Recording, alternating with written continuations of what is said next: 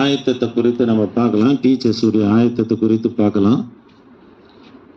முதல்ல என்ன பண்ணோம்? பிள்ளைங்க வந்தோடனே ஜெபம் பண்ண வச்சுட்டு உங்கள் செய்தியில் என்ன இருக்கணும்? தேவனுடைய அன்பை குறித்து நம்ம சொல்லணும். எரேமியா தீர்க்க தரிசன புஸ்தகம் 31:3. பிள்ளைங்க அன்பு இல்லாமல் இருக்கிறாங்க, தாய் தாப்பனுடைய அன்பு இல்லாமல் இருக்கிறாங்க, சொந்த பந்தங்களுடைய அன்பு இல்லாமல் இருக்கிறாங்க. அந்த பிள்ளைகளை தம்பி தங்கா உன்னை கர்த்தர் என்ன பண்றாரு?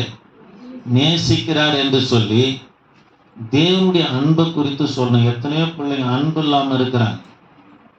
சிலர் பார்த்தீங்கன்னா டீச்சர்ஸ் குறிப்பிட்ட பிள்ளைகள் இடத்துல மட்டும் அன்பு செலுத்துவாங்க. அது மற்ற பிள்ளைகளுக்கு இடையூறாக இருக்கும். புரியுதுங்களா? நல்லா அழகாக இருக்கிற பிள்ளைய மட்டும் கிள்ளி முத்தம் கொடுப்பாங்க, அந்த பிள்ளைகிட்ட மட்டும் பேசுவாங்க. அப்படி இருக்கக்கூடாது. எல்லா பிள்ளைகளிடத்திலும் சரிசமமாக டீச்சர்ஸ் பேசணும். அப்போது தேவனுடைய அன்பை குறித்து என்ன பண்ண சொன்ன வாசிங்களேன். 31:3. பூர்வ காலம் முதல் அப்படியா இருக்குது. பூர்வ காலம் முதல் தரிசனமானா என்பாய். சரி, கவனிக்கலாம். உலகம் தோன்றுவதற்கு முன்பதாகவே நாம் தாய் தகப்பனுடைய கருவில உருவாவதற்கு முன்பதாக கர்த்தர் என்ன பண்ணாரு? நம்ம நேசித்தாரு, சிநேகித்தாருன்னு சொல்லி தேவனுடைய அன்பை குறித்து பிள்ளைகளுக்கு சொல்லணும். ரெண்டாவது, பாவத்தை குறித்து சொல்லணும். பிள்ளைகளிடத்துல என்ன பாவம் இருக்குமோ அதை குறித்து மட்டும்தான் பேசணும். பெரிய பெரிய பாவத்தெல்லாம் பேசக்கூடாது. பிள்ளைங்களிடத்துல என்ன பாவம் இருக்கும்? தாய் தாப்பனுக்கு கீழ்ப்படிய மாட்டாங்க. பிள்ளைங்களை கூப்பிட்டு போகிறேன், டிவி பார்த்து நின்னாலும் சரி, செல்லு பார்த்து நின்னாலும் சரி, நல்லா காதில் விழும், கேட்காததுக்குள்ள உட்காந்து இருக்குதுங்க பிள்ளைங்க.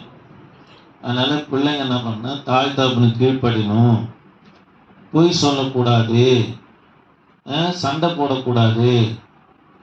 குடும்பத்தில் யாக்கோபு ஏசாவுக்கு தாயின் கருவில் இருக்கும்போது சண்டை வந்துடுச்சு. அந்த சண்டை இன்னார வரைக்கும் நீடிச்சுன்னு தான் இருக்குது. அதனால் சகோதரனுக்குள்ள சண்டை இருக்கக்கூடாது. பிள்ளைகளுக்கு நம்ம போதிக்கணும். அப்புறம் என்ன பண்ணக்கூடாது? திருடக்கூடாது.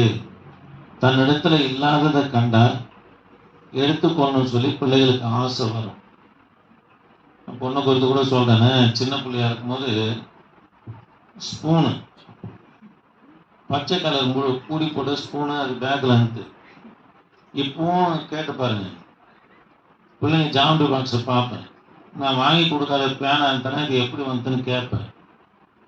கேட்டேன், எனக்கு பிடிச்சிருந்தது பாயிண்ட்ஸு.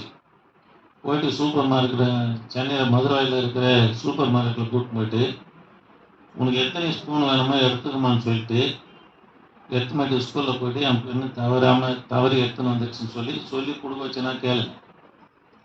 சிலர் பிள்ளைங்க எடுத்துன்னு வந்துட்டா உற்சாகப்படுத்துவாங்க தாய் தாப்பேன், இன்னும் 2 எடுத்துமாடா அப்படின்னு. அந்த போல் கடைசியாக எங்கே போய் நிற்கும்? ஜெயிலில் தான் போய் நிற்கும். அதனால் பிள்ளைகளுக்கு திருடக்கூடாது என்று என்ன பண்ணணும்? சொல்லி கொடுக்கணும். ஏசப்பாவுக்கு பாவம்னா பிடிக்காது அப்படின்னு சொல்லணும். ரோமருக்கு என்ன நிருபம் 3:23 என்ன சொல்லப்பட்டு இருக்கு பாருங்க. எல்லாரும் பாவம் செய்து தேவ மகிமை அற்று போனாங்க, அது தேவனை விட்டு பிரிக்க செஞ்சிடும் சொல்லி பேசணும். களவு செய்யக்கூடாது. மூன்றாவது, இயேசு கிறிஸ்து நம்முடைய பாவங்களுக்காக தான் பலியானாரு, ரத்தம் சிந்தினாரு, 3ஆம் நாள் உயிர் தெழுந்தாருன்னு சொல்லி கண்டிப்பாக சொல்லணும். நீங்கள் பார்த்துருக்கிறீங்க, சுவிசேஷம் அறிவிக்கும் போது இயேசு கிறிஸ்துடைய மரணத்தை குறித்து சொல்லாமல் உயிர் தெழுதலை சொல்லாமல் இருக்கவே மாட்டேன். அதுதான் சுவிசேஷம். புரியுதுங்களா? அல்லேலூயா. புதுசாக பிள்ளைங்க வந்திருக்கும், இயேசு மரணத்தை குறித்து மட்டும் சொல்லக்கூடாது. அப்போனா ஏசப்பா செத்து போன கடவுள் நினச்சிக்குவான். 3ஆம் நாள் உயிர் தெழுந்தாரு, நமக்காக உயிர் தெழுந்தாரு, மீண்டும் வருவாருன்னு சொல்லி கொடுக்கணும். 4வது, பிள்ளைக்கு என்ன கொடுக்கணும்? அழைப்பு கொடுக்கணும். என்ன அழைப்பு கொடுக்கணும்னா, நீங்கள் எதை குறித்து அன்றைக்கி செய்தி கொடுத்தீங்களா? பிள்ளைகளுக்கு பேசுங்க. தேவனுடைய அன்பை குறித்து பேசுனீங்களா? கீழ்ப்படிதல் குறித்து பேசுனீங்களா? தேவ சித்தத்தை குறித்து பேசுனீங்களா? ஜபத்தை குறித்து பேசுனீங்களா? வேத வாசிப்பை குறித்து பேசுனீங்களா? சபைக்கு வரத்தை குறித்து பேசுனீங்களா? அதுக்கு பிள்ளைகளை அர்ப்பணிக்க வைக்கணும். அர்ப்பணிக்க வைக்கலன்னா அந்த செய்தி முழுமை பெறாது. ஆமென். இயேசுவை ஏற்றுக்கொள்ளணும், தவறாம சபைக்கு வரணும், 3 அதிகாலையில இரவுல என்ன பண்ணணும், ஜெபிக்கணும் சொல்லி பிள்ளைகளை அர்ப்பணிக்க வைக்கணும். இதுதான் தெசனிக்க சபை பாவம் செஞ்ச சபை, கர்த்தரை வெளியே தள்ளி உள்ள கதவு சாத்தின சபை. ஆனா அந்த சபைக்கு கர்த்தர் என்ன பண்றாரு, அழைப்பு கொடுக்கிறார். 3:20 வெளிப்படுத்தின விசேஷத்துல என்ன அழைப்பு கொடுக்கிறாருன்னா, இதோ வாசற்படி நின்று கதவை தட்டுகிறேன். அப்போ கடைசியா எதை கொடுக்கணும், அழைப்பு, அர்ப்பணிப்பை நம்ம கொடுக்கணும். சரி, இப்போ ஆசிரியருடைய ஆயத்தம். பவுல் பார்த்தீங்கன்னா ஒரு எபிரேயன். தீமோத்தேயு 2வது காரியம் வந்திருக்கிறேன். 2வது ஆசிரியருடைய ஆயத்தம். பவுல் யாரு, ஒரு எபிரேயன். தீமோத்தேயு பாதி யூதன் பாதி புறஜாதி. அப்பா யாரு, ஒரு கிரேக்கன். தாய் 2 தீமோத்தேயு 1ஆம் அதிகாரம் 5ஆம் வசனத்தை கொஞ்சம் வாசிக்க முடியுமா? 2 தீமோத்தேயு 1ஆம் அதிகாரம் 5ஆம் வசனத்துல தாய் பேர் அந்த விசுவாசம்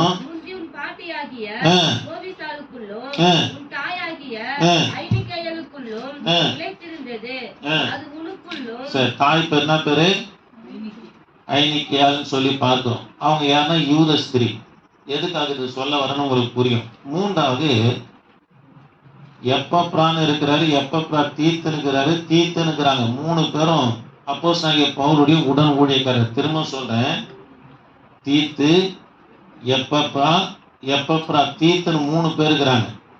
இதுல நான் 2 பேரை மாத்திரம் சொல்றேன். எப்பப்ரா தீத்து. இவங்க முழுமையான புறஜாதி. இந்த 3 பேரையும் கர்த்தர் பயன்படுத்தினார்.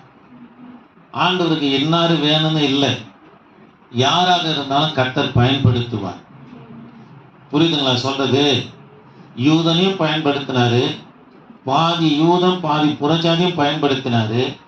முழுமையான புறஜாதியா இருக்கிற எப்பப்ரா தீத்தும் கர்த்தர் என்ன பண்ணாரு, பயன்படுத்தினார். ஆண்டவருக்கு இன்னாரும் தான் இல்லை, எல்லாரையும் கர்த்தர் பயன்படுத்துவார். ஆமென். உலகம் நம்மிடத்துல எதிர்பார்க்கிறது என்னன்னு சொன்னா, கொஞ்சம் வாசிக்கலாமா? உலகம் எதிர்பார்க்கிறது என்னன்னு சொன்னா, ABILITY.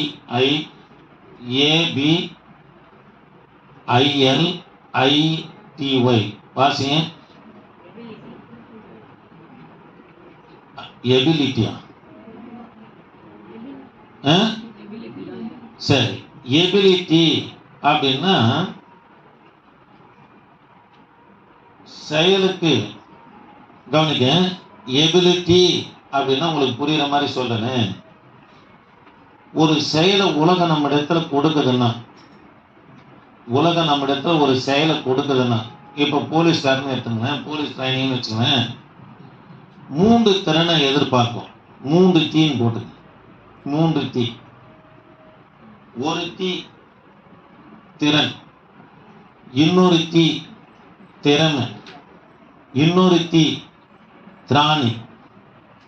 இந்த 3ஐயும் உலகம் எதிர்பார்க்குது.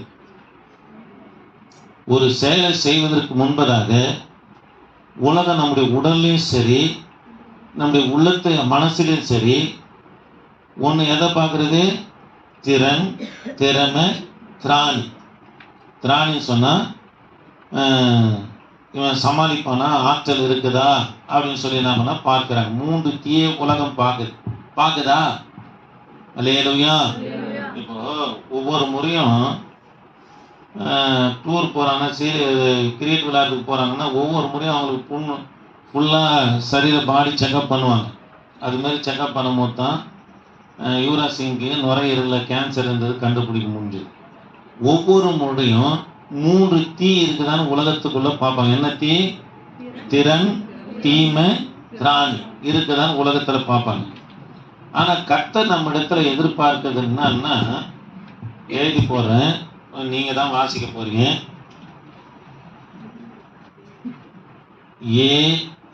ABILITY.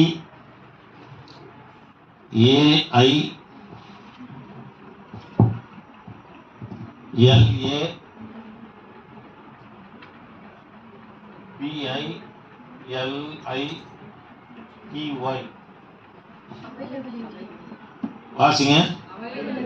சரி, கவனிக்கலாம். அப்படின்னா இருப்புன்னு அர்த்தம். சொல்லுங்க, இருப்பு. என்ன இருப்புன்னு சொல்றேன், கவனிங்க. இது கர்த்தர் நம்மிடத்துல எதிர்பார்க்குது. நம்ம ரட்சிக்கப்படுவதற்கு முன்பதாக நம்மளை கர்த்தர் தகுதியை பார்க்கல. ஆண்டவர் நம்ம மேல வச்ச இரக்கம் ரட்சித்தார். ஆமென். அப்போ ஊழியத்துக்கு கர்த்தர் நம்ம இடத்துல என்ன எதிர்பார்க்கிறாருன்னா, வாசிக்கமா, தேவன் எதிர்பார்க்கிறது. சரி, கவனிக்கலாம். அப்படின்னா என்னது? இருப்பு. ஊழியத்துக்கு அதாவது இருப்புன்னு சொன்னா, ஒரு வேலைக்கு உலகத்துல 3 திறனை எதிர்பார்க்கிறாங்க. 3 திறன், திராணி, திறமைன்னு சொல்லி நம்ம பார்த்தோம். உலகத்துல தேவனுடைய நம்மிடத்துல எதிர்பார்க்கிறது என்னன்னா இருப்பு. கொடுக்கப்பட்ட ஊழியத்துக்கு செய்ய எல்லா காரியமும் இருக்கிறதா என்று சொல்லி கர்த்தர் பார்க்கிறார். என்ன காரியம் இருக்குதான்னு பார்க்கிறாருன்னு சொல்றேன். முதலாவது காரியம், நம்ம கொடுக்கப்பட்ட ஊழியத்துக்காக கர்த்தருடைய பிள்ளைங்க, அது விபிஎஸ் டீச்சராக இருக்கட்டும், சண்டே கிளாஸாக இருக்கட்டும், ஊழியமாக இருக்கட்டும், அப்போஸ்தல ஊழியமாக இருக்கட்டும், சுவிசேஷ ஊழியமாக இருக்கட்டும், முதலாவது ஜெபம் இருக்கணும். என்ன இருப்ப கர்த்தர் எதிர்பார்க்கிறாரு ஊழியத்துக்கு, கொடுக்கப்படுகிற ஊழியத்துக்கு? ஜெபம். கர்த்தருடைய சமூகத்துல காத்து இருக்கணும். பிள்ளைகளுக்காக கர்த்தருடைய சமூகத்துல காத்திருந்து, தேவ சமூகத்துல காத்து இருக்கணும். பிள்ளைங்க பேர் தெரிஞ்சா சொல்லி செபிக்கணும். ஆண்டவரே, இந்த பிள்ளைங்கள்லாம் வராங்க, இந்த பிள்ளைகளை ரட்சிங்கன்னு சொல்லி உன்னிடத்துல என்ன இருப்பை எதிர்பார்க்கிறாரு? தேவ சமூகத்துல காத்து இருக்கணும். எத்தனையோ முறை சொல்லுவேன், பிபிஎஸ் முடிஞ்சோடனே விட்டுறாதீங்க. உங்களிடத்துல வந்த பிள்ளைங்களை வாரத்துக்கு ஒரு முறைனா போய் பாருங்கன்னு. இது வரைக்கும் ஒருத்தர் கூட போய் பார்த்ததே கிடையாது. அதோட அந்த பிள்ளைங்க வர்றதும் கிடையாது. பாருங்க, தேவனுடைய சமூகத்துல நீங்க என்ன பண்ணணும்? பிள்ளைகளுக்காக காத்திருக்கணும். 2வது, ஆயத்தப்படுத்தணும். நீங்க எதை பேச போறீங்களோ, இப்போ பிபிஎஸ் டீச்சர்ஸ் கைடா இருக்குது, ஸ்டூடெண்ட்டு புக்கா இருக்குது. உட்காந்து முதல்ல நீங்க ஆயத்தமாகணும். கைடும் படிக்கணும், ஸ்டூடெண்ட் புக்கும் படிச்சு நீங்க முதல்ல ஆயத்தப்படுத்தி பிள்ளைங்களுக்கு என்ன பேசணும் அது தனியாக நீங்கள் ஒரு நோட்டில் என்ன பண்ணணும், எழுதி ஆயத்தம் ஆயிடணும். பிள்ளைங்களுக்கு முன்பதாக அந்த நோட்டை பிரித்து பார்த்து படிச்சுன்னு இருக்கக்கூடாது. புரியுதுங்களா? நீங்கள் முதல்ல ஆயத்தம் ஆயிடணும். அதாவது ப்ரிப்ரேஷனாக இருக்கணும், ப்ரெசன்டேஷனாக இருக்கணும். கொடுக்குறதா என்ன பண்ணணும், நல்லா கொடுக்கணும். சிலர் பார்த்தீங்கன்னா ப்ரிப்ரேஷன் பார்த்தீங்கன்னா நைட்டெல்லாம் பண்ணின்னு இருப்பாங்க. பிள்ளைங்களுக்கு கொடுக்கறது ப்ரெசன்டேஷனை ஒழுங்காக கொடுக்க மாட்டாங்க. அப்படி இருக்கக்கூடாது, 2மே இருக்கணும். சிலர் ஆயத்தமே இருக்காது, இங்கே உளறிக்கினா இருப்பாங்க. அப்படியே இருக்கக்கூடாது, 2ம் இருக்கணும். 2வது என்ன இருக்கணும்? ஆயத்தம், பாடத்தை குறித்ததான ஆயத்தம். 3வது அழைப்பு. எதுக்காக கர்த்தர் நம்மளை அழைச்சாரோ அதுக்கு உண்டான கிருபை என்ன பண்ண கர்த்தருடைய பிள்ளைங்க கேட்கணும். 4வது பார்த்தீங்கன்னா தகுதி என்னன்னா பரிசுத்தம் இருக்கணும். உங்களுக்கு எப்படி நீங்கள் புரிஞ்சுக்கிறீங்கன்னு தெரியல. ஆண்டவர் பார்த்துன்னு இருக்கிறாரு. ஒன்றுத்துக்கும் உதவாத ஒரு 10 நிமிஷம் பிரயோஜனம் இல்லாத என்னிடத்துல இவ்வளோ பெரிய ஊழியத்தை கொடுத்துருக்கிறார். இது ஒவ்வொரு நாளும் கட்டடத்துல கேட்கறது என்னன்னா, இதை செய்ய எனக்கு கிருபை தாங்க ஆண்டவரே, நான் பரிசுத்தத்தை காத்துக்கொள்ள உதவி செய்யுங்கப்பான்னு சொல்றேன். பெரிய பலசாலி யாரு? சிம்சோன். பரிசுத்தம் இல்லை, போயிடுச்சா? கர்த்தர் வச்சிருந்தாரா? இல்லை. அதனால பரிசுத்தம் ரொம்ப முக்கியம். பலிபீடத்தை தொடுகிறதெல்லாம் எப்படி இருக்குமா? பரிசுத்தமா இருக்கும் என்று சொல்லப்பட்டிருக்கு. அதனால பாடுற பிள்ளைகளா இருக்கட்டும், சண்டே கிளாஸ் எடுக்கிற பிள்ளைகளா இருக்கட்டும், ஊழியக்காரனா இருக்கட்டும், வெளியிலையும் சரி உள்ளவும் சரி உலகம் நம்மளை பார்க்குது, சபை பிள்ளைங்க நம்மளை பார்க்குது.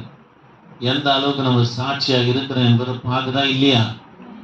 சரி, அப்போ கர்த்தர் நம்ம இடத்துல என்ன இருப்பை எதிர்பார்க்கிறான்னா, ஊழியம் கொடுப்பதற்கு முன்பதாக காத்திருக்கு. 2வது ஆயத்தம். 3வது அழைப்பு. நான்காவது என்னது? பரிசுத்தம். பரிசுத்தம். சரி, இப்போ ஒரு 6 காரியத்தை சொல்றேன். நேரம். முதலாவது காரியம் நேரம். பிள்ளைங்க வருவதற்கு முன்பதாக நீங்க காத்திருக்கணும். நீங்க என்ன பண்ணணும்? காத்திருக்கணும். பிள்ளைங்க வந்துட்ட பிற்பாடு நீங்க வந்தீங்கன்னு வச்சுங்களேன், பிள்ளைங்க மூஞ்சே சரி இருக்காது. சரி இருக்குமா? இது ஒழுக்கம் இல்லை, நமக்கு சொல்ல வருதா அப்படின்னு சொல்லி பிள்ளைங்களுடைய இருதயத்தில் நினைக்கும். இப்போ பிள்ளைங்களுக்கு உங்களை காட்டிலும் மூளை அதிகம். உங்களை உட்கார வச்சு பாடம் எடுத்துகிட்டு போயிடும் பிள்ளைங்க. புரியுதுங்களா? புரியுதுங்களான்னு கேட்குறேன். நேரம் ரொம்ப ரொம்ப முக்கியம். இந்த வருஷம் நான் அந்த நேரத்தை எதிர்பார்க்குறேன். பிள்ளைங்க 9:30 மணிக்கு பிபிஎஸ்ன்னா நீங்கள் 9 மணிக்கெல்லாம் உட்காந்து நீங்கள் உட்காந்துனீங்கன்னா, அக்கா நமக்கு முன்னாடி வந்துட்டாங்க, ஆண்டி நமக்கு முன்னாடி வந்துட்டாங்க, ஆண்டி சொன்னால் ஒத்துக்க மாட்டேங்குது. வயசான கேள்வி ஆகிட்ட கூட ஆண்டினா ஒத்துக்க மாட்டேங்க. சரி இருக்கட்டும், நான் ஒரு 1000 பஜாரில் தள்ளாடின்னு போதுங்க. ஐயா பார்த்துன்ட்டு யாரை பார்த்து ஆயான்ட்டுச்சு. அந்த காய்கறிக்கார அக்கா சொன்னாங்க, அந்த அம்மா சொன்னாங்க, ஐயா அவங்கள சொந்த பிள்ளைங்க பேரன் கூட பாட்டின்னு சொல்லக்கூடாதுன்றாங்க, நீ வேற ஆயான்னு சொல்லிட்டு உன் மேலே கோபமாக போகிறாங்கண்ணா. சரி கவனிக்கலாம். அவங்க என்ன பண்ணணும்? நம்ம அக்கா வந்துட்டாங்க, நம்ம ஆண்டி வந்துட்டாங்க, நேரத்தோடு நம்ம டீச்சர் வந்துடுவாங்கன்னு சொல்லி பிள்ளைங்க உங்களை பார்த்து நேரத்தை கற்றுக்கணும். அவங்களே 10 மணிக்கு தான் வரப்பாங்க. நம்ம 10:30 போனால் என்னன்னு வரும். அப்புறம் நீங்கள் 10:30 வரதை பார்த்தாங்கன்னா சாப்பாட்டுக்கு போகலான்ட்டு பிள்ளைங்க வரும். அதுமாரி வரக்கூடாது. முதல்ல எப்படி வரணும்? நேரத்தோடு வரணும். 2வது, எல்லா பிள்ளைகளிடத்துல அன்பாக இருக்கணும். எல்லா பிள்ளைகளிடத்துல என்ன பண்ணணும்? அன்பாக இருக்கணும். உங்கள் சொந்தக்கார பிள்ளைங்க உட்காந்துருக்கோம், அதுங்க மட்டும் 28 சாக்லேட்டை கொடுப்பாரு. பக்கத்தில் வேற பிள்ளை உட்காந்துருக்கோம், அது கொடுக்க மாட்டேன். அந்த பிள்ளைங்களுடைய இருதயத்தில் நீங்களே கசப்பை வளர்க்குறீங்க. புரியுதுங்களா? கவனிங்க. எல்லா பிள்ளைகளிடத்துலும் டீச்சர்ஸ் அன்பாக இருக்கும். எனக்குலாம் ரொம்ப ஆசையாக இருக்கு, நான் சர்ச்சுக்கு போகும்போது ஊழியக்காரங்க நம்மக்கிட்ட பேச மாட்டாங்களான்னு. அவங்க தெரிஞ்சவங்கள வரைக்கும் பேசின்னு இருப்பாங்க. ரொம்ப வருத்தமாக இருக்கும். அதனால் நீங்கள் பேசுவீங்களா, அன்பு செலுத்துவீங்களான்னு சொல்லி பிள்ளைங்க பார்க்கும். உங்களை எல்லா இடத்துலையும் அன்பாக இருக்கும். உங்களுக்கு தேவையான பிள்ளைங்க மட்டும் அன்பாக இருக்கக்கூடாது. அதுங்களும் பிள்ளை தான். புரியுதுங்களா சொல்கிறது? அல்லேலூயா. சரி, சிலருக்கு அழகாக இருக்கிற பிள்ளைங்களை மட்டும் தூக்கி மடி மேலே உட்கார வச்சுக்கிங்க. அந்த பிள்ளை பார்க்கும், நான் இல்லைன்னா நம்ம வரவே கூடாதுன்னு நினச்சிப்போம். அதனால் எல்லாரையும் என்ன பண்ணும்? சரி சமமாக நேசிக்கிறோம். 3வது, பிள்ளைகளுக்கு முன்பாக நீங்கள் முன்மாதிரியாக இருக்கணும். எப்படி இருக்கணும்? முன்மாதிரியாக இருக்கணும்.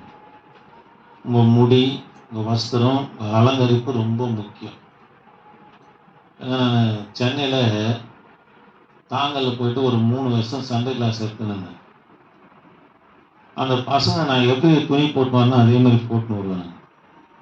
கொஞ்ச நாளில் எல்லாரும் வெள்ளை துணியை போட்டானுங்க. இந்த ஆள் எல்லாரும் ஒயிட்டாக மாற்றிட்டான்னு சொல்லி என்னை சத்தமாக போட்டாங்க.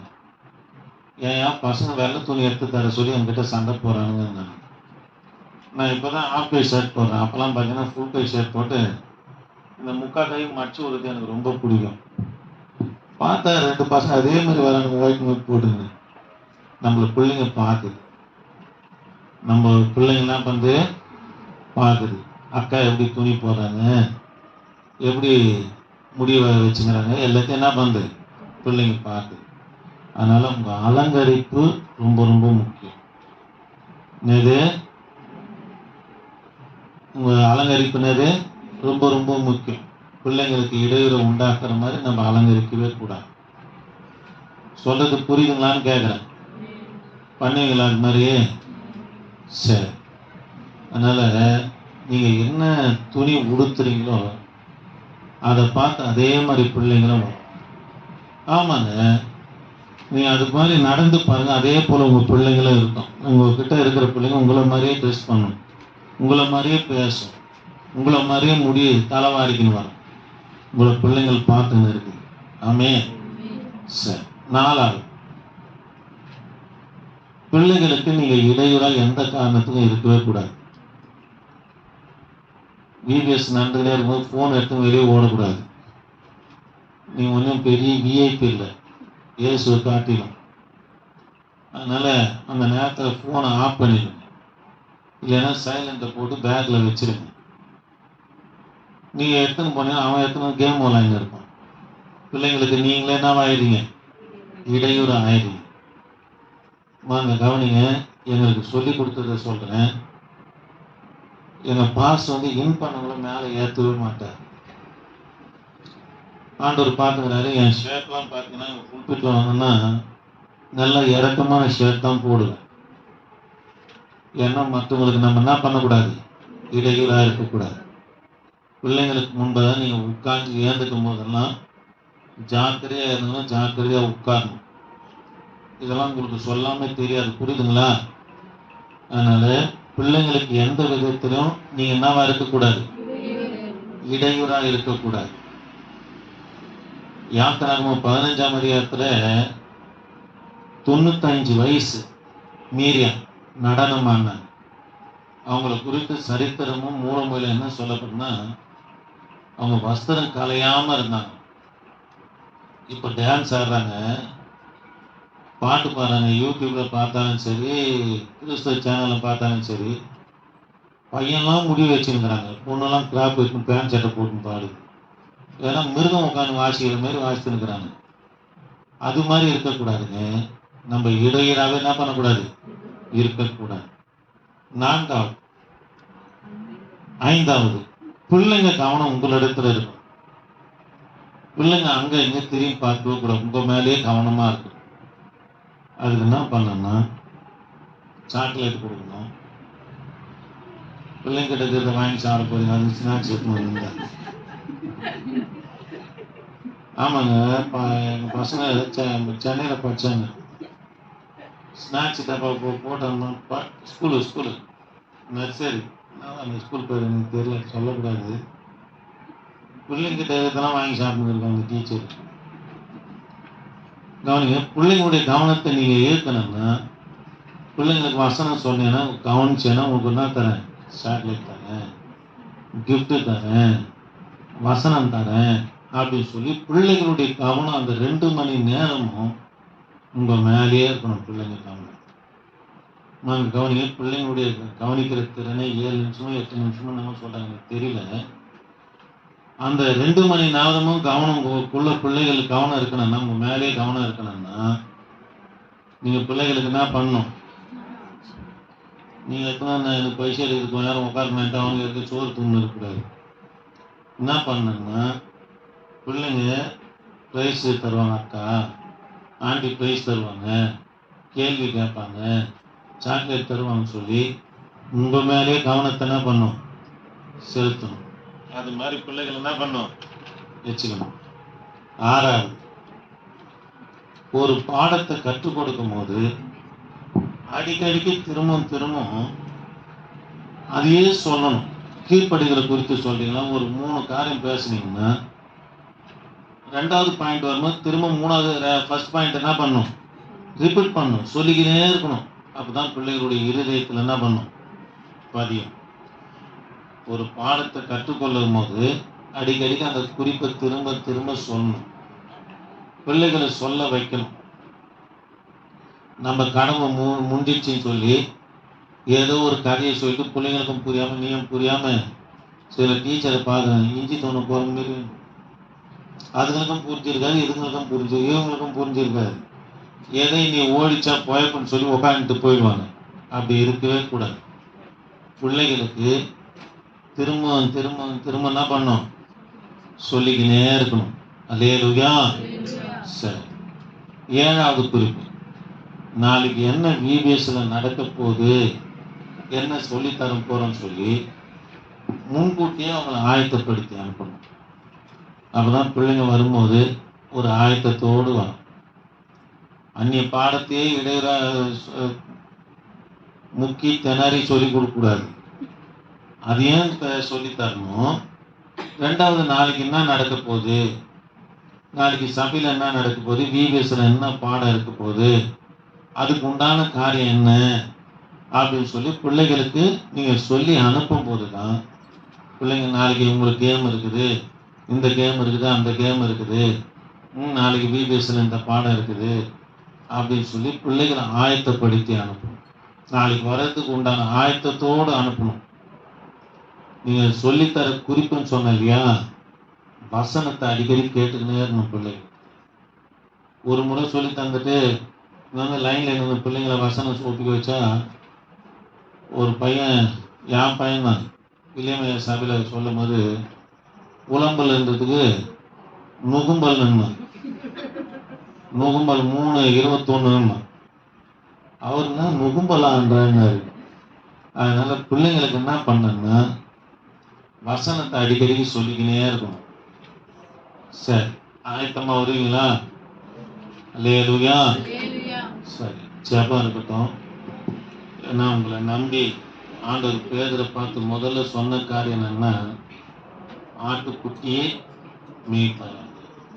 உங்களுக்கு கொடுக்கப்பட்ட ஊழியத்துக்கு ஜெபம், ஆயத்தம், பரிசுத்தம் இருந்ததுன்னா நீங்கள் தாங்க பிற்காலத்தில் அப்போஸ்தலன், நீங்கள் தாங்க வருங்காலத்தில் தீர்க்கதரிசி. கொடுக்கப்பட்டதுக்கு ஏற்ற தகுதி உள்ளவர்களாக நீங்கள் இருப்பீர்கள்னா கர்த்தர் உங்களை கொண்டு பெரிய காரியத்தை செய்வார். இல்லையா? இல்லைன்னா கொடுத்ததை கர்த்தர் நம்ம இடத்துல என்ன பண்ணுவார்? வாங்கி. சரி, முழங்கால் படி, முழங்கால் படிக்கலாம். வீடியோஸ் வருங்க, ட்ரெஸ் எல்லாம் ரொம்ப ஜாக்கிரதையாக வரணும். முழங்கால் படி. பிரைஸ். கண்களை மூடலாமா? கண்களை மூடலாம், கண்களை மூடலாம். இயேசுவின் ரத்தம் செய்யும். எல்லாரும் கண்களை மூடலாம். ஆண்டவரை நோக்கி பார்க்க.